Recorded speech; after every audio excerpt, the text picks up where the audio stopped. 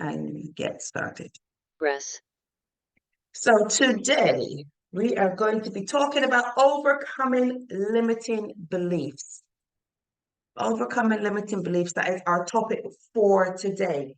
So limiting beliefs are deeply ingrained thoughts and assumptions, and they can hold you back from reaching your full potential.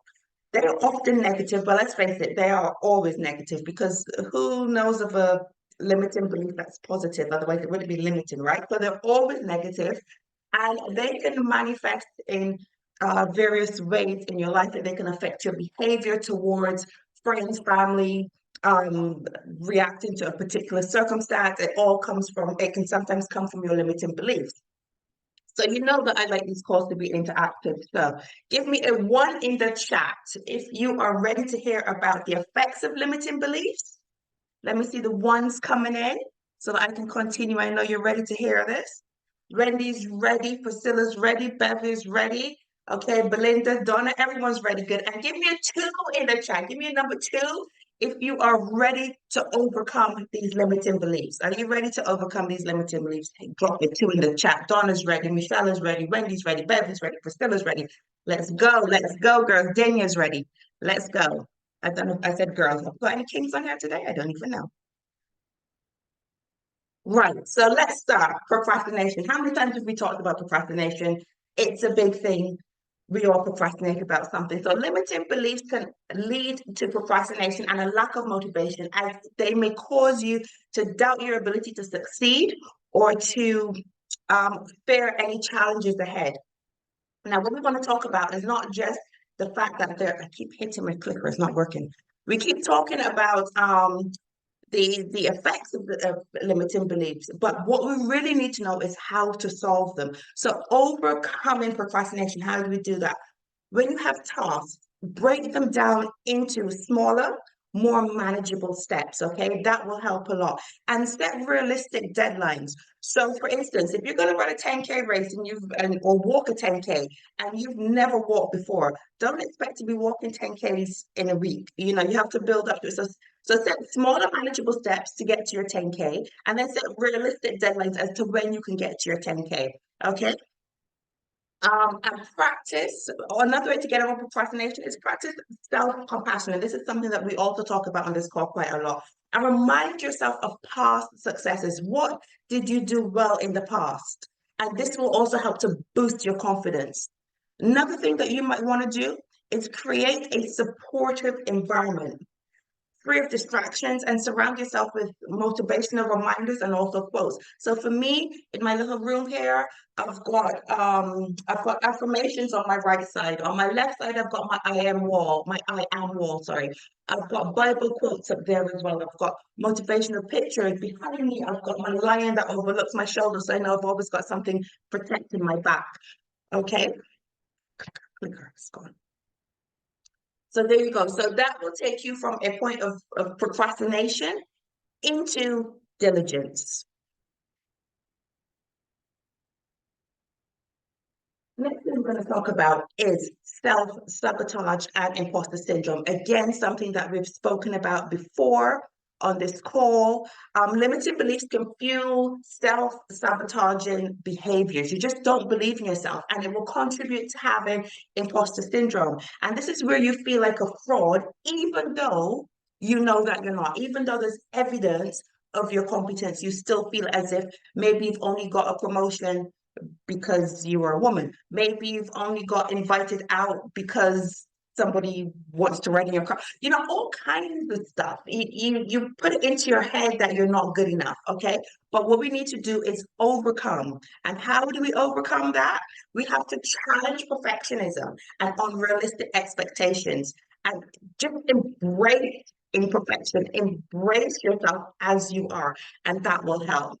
Focus on progress over perfection. Now, this is something that I have to practice quite a lot because I'm always worried about being perfect, being perfect, being perfect. But I often forget how far I've come. Is there anyone on the call that resonates with that? Is there anyone that often feels that way? As if They're just focused on the perfection as opposed to, Kirsty said yes, as opposed to, how far you've actually come. Another thing that you can do is keep a record of your achievements. What have you done well? Adina said yes, she used to until she joined this community. Oh, this community is amazing, isn't it? Wendy says yes, Beverly says yes, Dana yes. So yeah, exactly. So we're all feeling this way. As I said, keep a record of your achievements. When you've done something well, make a record of it. Make a record of it so that when you're feeling down, you can come back to it and refer to it. That will always help. And this is one of my favorite words, celebrate. Always celebrate whatever achievement you've achieved, just celebrate it. And also always remember to seek out opportunities that will help you to learn and that will help with growth. And the thing is, as you can see from this call, everyone at some point in time has felt not good enough. Everyone has been self-sabotaging. Everyone has been feeling these feelings. So remember that you are not alone in your feeling, okay? Next thing I want to talk about is financial limitations and scarcity mindset. Limited beliefs around money often lead to a scarcity mindset, where you believe that there's not enough. And this can often lead to a lot of financial stress and opportunities. And you have this mindset that things happen to you. Why does it always happen to me? Why? So it just leaves you in that mindset. You can't get past it. What you need to do is start challenging your beliefs around money. Now, I know that we have some affirmation queens in here, possibly kings too. I can't see if we have any kings on today, but I know that we have some affirmation queens in here. So I want you queens to drop in the chat some of the affirmations you use to get over scarcity mindset or to remind yourself that there's always abundance. I have my a lot of my affirmations here on the wall, and quite a lot of them are money related. So I have things like my services are worth the money. Danielle says I am abundant. I have things like I place no limits on the amount of money that I can make. Um, Danielle says I am limitless. I am a money magnet. Snap, Wendy. I am a money magnet. Money flows to me easily. So these are all affirmations that we can use to get past financial limitations and having a scarcity mindset. Okay. And I attract all things that are for me. I love that one, Adina. I never speak lack. No, we should never, ever, ever speak lack. Always speak positivity, always speak abundance. Money comes to me easily and effortlessly. I am worthy and I am deserving. The other thing we can do to get over this scarcity mindset is educate ourselves about personal finance and wealth building strategies. So for many of us that are actually in the NVU community, there are financial courses in there that we can do. So anyone that's not in the community and would be interested in being educated about personal finance and wealth building, whoever invited you onto the call, just contact them and they will let you know about the courses that we offer in there. But educating yourself is a really, really good way. And what that will do, saying your affirmations, educating yourself, challenging your beliefs around money, is it will lead you from a scarcity mindset into an abundance mindset. And that is where we want to live. Okay. Let's talk about ailments, because limiting beliefs can cause physical and mental health issues. Okay, it can contribute to things like stress, anxiety. It can negative self-talk can come up from it. So, in order to overcome feeling this way and overcome these physical and mental issues, we need to practice self-care. And this is something that we talk about on this call quite a lot. We're always talking about how to practice self-care. Again, drop in the comments. What are some of the ways that you practice self-care? So I know that affirmations is one of them, but what other ways? What other ways do you practice well-being in order to get over these physical and mental health issues that limiting beliefs can have? Me personally, I've said this before. I do my morning walks and I do my evening walks as well. Jenny says she does yoga. That's another good one. Meditation and prayer. Well done. Journaling is another good one that you can do as well. But basically, it's all about mindfulness and relaxation and just dealing with things, with time, just giving yourself time to process and challenging negative thought patterns and replacing them with positive affirmations or mantras. Daniel, there's journaling, personal development, and being still. Well done. So that will move you into a more of a well-being state of mind.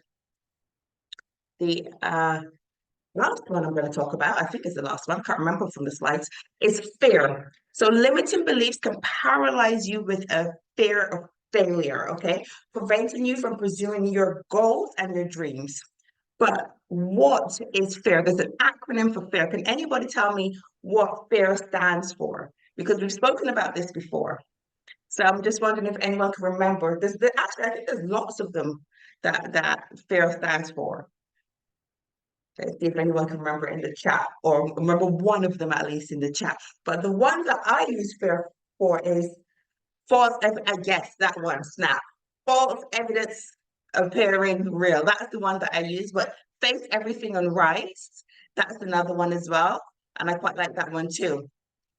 But that is fair, and we had a whole talk about fear the other day, and I've got a quote up on my wall that I'm going to read, and it says, "Fear is not real. The only place that fear can exist is in our thoughts of the future.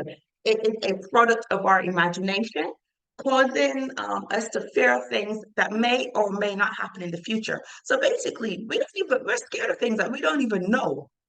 We don't even know if they're going to happen, but we're just fearful and it's stopping us from doing things. Feel everything and run, face everything and rise, false evidence appearing real. All great acronyms. So, of course, how are we getting over these fears? So, what you need to do is look at fear as a natural part of the learning process and an opportunity for growth. Feel the fear, learn from the fear, move on from the fear. As I said earlier, break down your goals into smaller and more manageable steps and then celebrate your progress along the way. Cultivate a growth mindset by viewing setbacks as a valuable learning experience. So we're always learning. So we never lose, we win or we learn. There's no loss ever, okay? And as you know, I always like to end with the quote. I do like to end with the quote. Let me get my quote up today. And I've got two today, actually. The first one I have, always remember this, the only limits that exist are the ones that you place on yourself. So anything is possible, anything at all is possible. And the second one I have is by Tony Robbins, who is a very well-known public speaker. And he says, your beliefs about what you are and what you can be precisely determine what you can be, which basically just means that you are in control. Whatever you believe about yourself is going to be the truth. Okay, so if you think you can or you think you can't, you're probably right. So keep your thoughts abundant, keep them fulfilling, and keep them positive. Okay, so that is me today. So I've really enjoyed speaking to you about limiting beliefs. Make sure, please, that you're following me on Instagram. Join us Monday to Friday, 7 a.m. UK time, 10 a.m. Qatar time, 6 p.m. Australian time, and any other, let's see, that is 3 a.m. if you're in the Caribbean and on the New York side of America. But make sure you're tuning in for us for either it could be an early morning call or a late night call, depending on where you are. And please invite anyone to this call who needs a push in the morning. We welcome men and women. So, I noticed that there's always a lot of women showing up, but not so many men. Okay. So remember that, yeah, we do welcome men into the call as well. You're welcome, Jenny. So we do have our sprays. So if you are a member of our community, you know that we take our sprays every single morning. And actually, hang on. Let me see if I can. I want to share something special with you today that we do have about our sprays. So let me just share my screen again. Boom. There you go. So, did I show the right one? Yes, I did. Right. So, if you are a member of our community, you should have seen this last night. This was a big deal. We have a special on our sprays. If you're not a member of our community and you would like to be, and you'd like to get your hands on some of these sprays, we have a special going on, 48 hours only. Get back to the person that invited you onto the call. They will hook you up so you can get your sprays in hand. So, today we are using our Crave spray. This helps to eliminate your, well, it doesn't eliminate your appetite, but reduce your appetite and reduce your carbs for carbs. So 8 sprays of this under the tongue.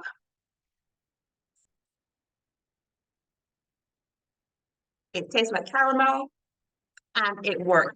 When I first started using this, I lost 10 pounds in 10 days. No lie. It was absolutely amazing. So with that being said, uh, thank you again.